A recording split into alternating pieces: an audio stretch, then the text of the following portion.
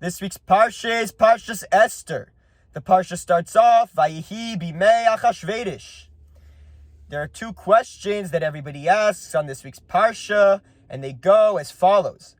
The first question that everybody asks is, why is it called Parshas Esther if it starts off, Vayihi bimei Achashverosh? It should be called Parshas Bimei. The answer is that Achashverosh, one night, he was having trouble sleeping, and as we all know, he was a Farsi.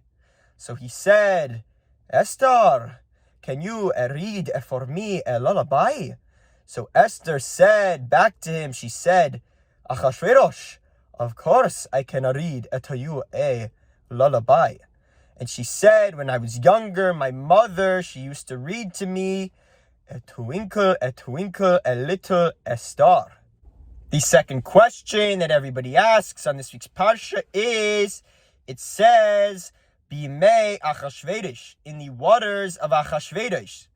So how could Mordechai Tzaddik ride his horse if he was in the water? So the Barditchev Rav has a beautiful explanation, and he says, Mordechai was actually riding on a sea urchin. My favorite part of Purim is eating all of the different hamantashen in all different shapes, but I was always bothered because hamantashen are shaped like Haman's hat, but my question was always, how is Haman's hat only this big?